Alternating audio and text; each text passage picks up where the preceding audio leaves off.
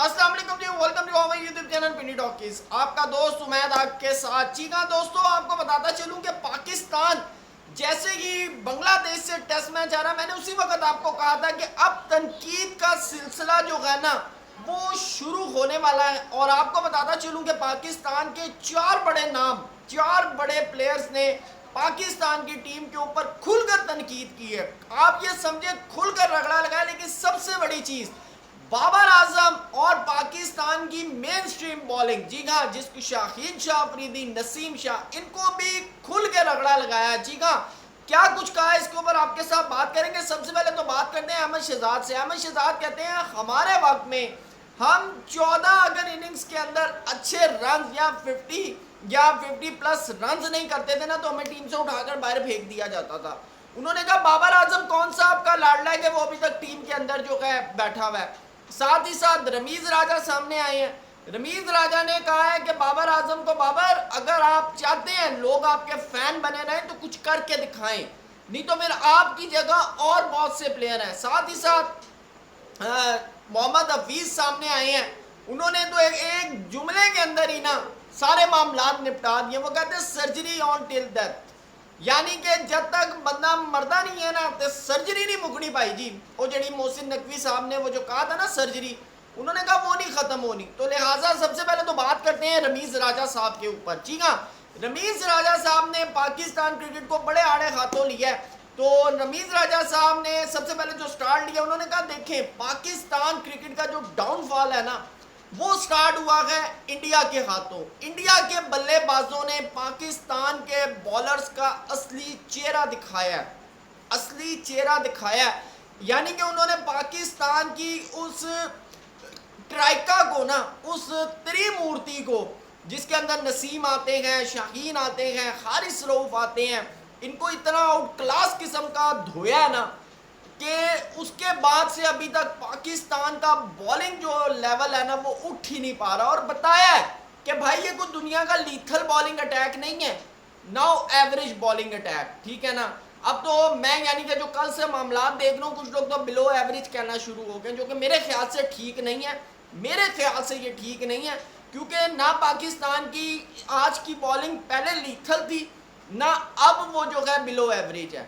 आप average bowler Pakistan के bowlers को कह सकते हैं, लीथल या बिलो एवरेज ये गलत होगा। लेकिन उन्होंने कहा कि ये उस वक्त से मामला स्टार्ट हो गया पाकिस्तान क्रिकेट के, ठीक है, कि एशिया कप का वो जो पाकिस्तान वर्सेस इंडिया का जो मैच हुआ था ना, जिसके अंदर के राहुल और श्रेयास अय्यर वगैरह ने इन्होंने जब मिलकर धोया था पाकिस्तान के बॉलर्स को, जहाँ पे शहनशाह अफरीदी को इंजरी भी हो गई थी, तो उसके बाद पाकिस्तान टीम नहीं उठ सकी। क्लियरली तौर के ऊपर उन्होंने ये बात की है। लेकिन ये जो हार की जो बात कर रहे हैं ना पाकिस्तान वर्सेस बांग्लादेश, कि जी बहुत बुरी हार हुई है, बहुत ये हो गया है जी, ये देखें जी पाकिस्तान क्रिकेट के अंदर ऐसा कभी नहीं हुआ। तो मेरे ख्याल से मैं आपको स्टार्ट करूंगा इंजमामुल हक से। बॉब वुलमर वाले वाक्य में जब पाकिस्तान आयरलैंड से मैच हार गया था, इंजी रोते हुए ग्राउंड से बाहर गए थे, ठीक है। उसके बाद हम उस टीम से हारे हैं, यूएसए, जो पहली दफा T20 वर्ल्ड कप के अंदर बड़ी नेशंस के मुकाबले में क्रिकेट खेलने आई है। पाकिस्तान यूएसए के सामने एक बहुत बड़ा वाइट एलिफेंट था, ये आप जेन में रखें। पाकिस्तान ने T20 वर्ल्ड कप जीता है, चैंपियंस ट्रॉफी जीती है, पाकिस्तान ने वर्ल्ड कप जीता हुआ है, लेकिन उसके बावजूद हम उससे सुपर ओवर में जाकर हार गए, ठीक है। और ये रमीज राजा साहब जो तनकीद कर रहे हैं ना, रमीज राजा साहब के दौर के अंदर हम जिम्बाब्वे से T20 में हारे में, और क्या बात करें। और साथ ही साथ ये जो रमीज राजा साहब ने जो बात की है ना, तो रमीज राजा साहब अगर 2015 में चले जाए ना पीछे, तो हम 3-0 से ना बांग्लादेश से भी सीरीज हारे में हैं। 3-0 से ODI सीरीज हारे में हम बांग्लादेश से, ये मैं आपको बता दूं। आप नहीं तो स्टैट निकाल कर चेक कर सकते हैं गूगल के ऊपर, आप सबके पास जो है, मेरे ख्याल से शायद आप लोगों को मेरे से ज़्यादा नॉलेज होगी। साथ और आपको एक और मज़े की बात बताऊं, फवाद आलम कह रहे थे कि पाकिस्तान का इतना बुरा टाइम कभी नहीं आया। तो उस 3-0 की सीरीज़ के अंदर ना फवाद आलम भी पाकिस्तान क्रिकेट टीम में थे, ये भी मैं आपको मज़े की बात बताऊँ। तो जब ये कमेंट कर रहे होते हैं मैं बड़ा हैरान हो रहा होता हूँ कि यार ये क्या बातें कर रहे हैं।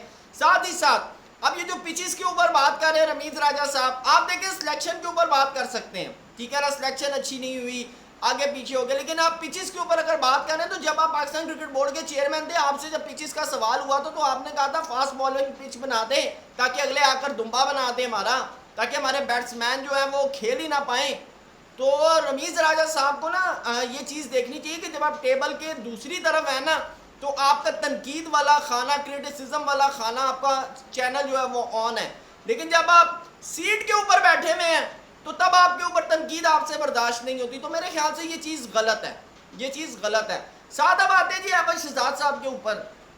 अहमद शहजाद साहब ने जी सबसे पहले तो ये 14 इनिंग्स वाली बात की। उन्होंने कहा बाबर आजम आप लोग का लाडला है, हम 14 इनिंग से जो है वो रन्स नहीं करते थे, हमें उठाकर बाहर भेज दिया जाता था। बाबर आजम स्टिल जो है वो यानी कि पिछले 2 साल में ना उसकी कोई सेंचुरी है ना कुछ, और आपने उसको टेस्ट के अंदर रखा हुआ, बाहर निकाले, अगर ड्रॉप करना पड़ता है तो ड्रॉप कर दें। तो मेरे ख्याल से इस वक्त पाकिस्तान क्रिकेट के अंदर कोई भी ऐसा सेंसेबल बंदा नहीं होगा जो ये बात कर रहा हो कि बाबर आजम को ड्रॉप कर दें। अगर बाबर आजम को आप ड्रॉप कर देंगे तो उसकी जगह खिलाएंगे किसको?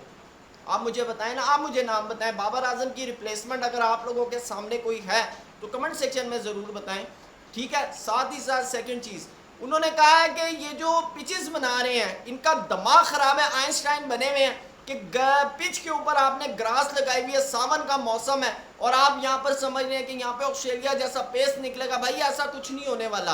साथ ही साथ अहमद शहजाद ने जो है मोहसिन नकवी साहब को भी उन्होंने थोड़ा सा आड़े हाथों लिया। उन्होंने कहा कि ये जो सर्जरी का जो ड्रामा था ना, ये सिर्फ और सिर्फ इंडिया के साथ मैच आने के बाद वो जो प्रेशर था ना उसको हैंडल करना था। 12 ये सर्जरी वर्जरी कुछ नहीं होनी, ये सब कुछ ऐसे ही चलना है। और साथ ही साथ उन्होंने कहा अगर बाबर आजम का ये जो टेस्ट कैरियर है ना ये बिलो एवरेज है और पाकिस्तान के जो बॉलर्स हैं वो भी बिलो एवरेज है। तो मैं बड़ा हैरान हो रहा था। साथ उन्होंने एक और बात कर दी, उन्होंने कहा कि ये जो बाबर आजम को आप खिला रहे हैं क्योंकि आपको पता है कि पीछे आपके पास रिप्लेसमेंट नहीं है। क्यों? कि पिछले 4 साल में आप लोगों ने रिप्लेसमेंट तैयार ही नहीं होने दी। आपने 4 साल में रिप्लेसमेंट तैयार ही नहीं होने दी कि कोई आकर मुझे रिप्लेस ना कर दे। इस वजह से आप इनको टीम से निकाल नहीं सकते। तो मेरे ख्याल से अहमद शहजाद साहब आपको जितना मर्जी बड़ा गुस्सा हो, लेकिन ये बात तो हकीकत है कि आपके पास इस वक्त बाबर आजम की रिप्लेसमेंट नहीं है, ठीक है। दूसरी बात, जहाँ तक बात है सर्जरी की, देखें सर्जरी जो है ना वो फिर होनी चाहिए, वो तो फिर फुल फ्लैज होनी चाहिए और बगैर किसी फेवरेटिज्म की होनी चाहिए। जब हो रही थी तब भी हमने बात की थी, जब नहीं हो रही थी हम तब भी बात कर रहे हैं, ठीक है। और दूसरी चीज़ है, जहाँ तक ये तमाम मामलात है ना, ये क्या कहते हैं, ये तब ही अब ठीक हो सकते हैं जब पाकिस्तान अगला टेस्ट जीतता है। लेकिन मैं आपको एक चीज़ बताऊं, आप अगर अगला टेस्ट भी जीत लेते हैं ना, तो आप अगर WTC का फाइनल माइंड में बना के बैठे में, तो ऐसा कुछ नहीं है मेरे भाई। जब तक आप England, south Africa, West Indies के ख़िलाफ़ अच्छी परफॉर्मेंस नहीं देते, आप अगर उनसे सीरीज़ जीतते हैं तो आप फिर भाई गो ऑन है। और साथ ही साथ अब हफीज़ जो है उन्होंने कहा है कि जी ये जो सर्जरी है ना ये मरते दम तक जारी रहेगी, ये कभी ठीक नहीं हो सकती। यानी कि उन्होंने क्लियरली तौर के ऊपर वो वर्कई फाड़ दिया है कि पाकिस्तान टीम के अंदर कुछ चेंजेस हो सकती हैं या कोई मुस्तकिल किस्म की मुस्तकम हो सकती है। ऐसा बिल्कुल भी नहीं हो सकता। उन्होंने कहा है कि उन्नू चुपसो उन्नू पाओगे, उसको उठाओगे, उसको डालोगे, उसको उठाओगे, उसको डालोगे, और ये सिस्टम जब तक एग्जिस्ट कर रहा है ऐसे ही चलता रहेगा। आप भी अपनी राय से ज़रूर कहा कीजिएगा। Thank you so much. अल्लाह हाफ़िज़।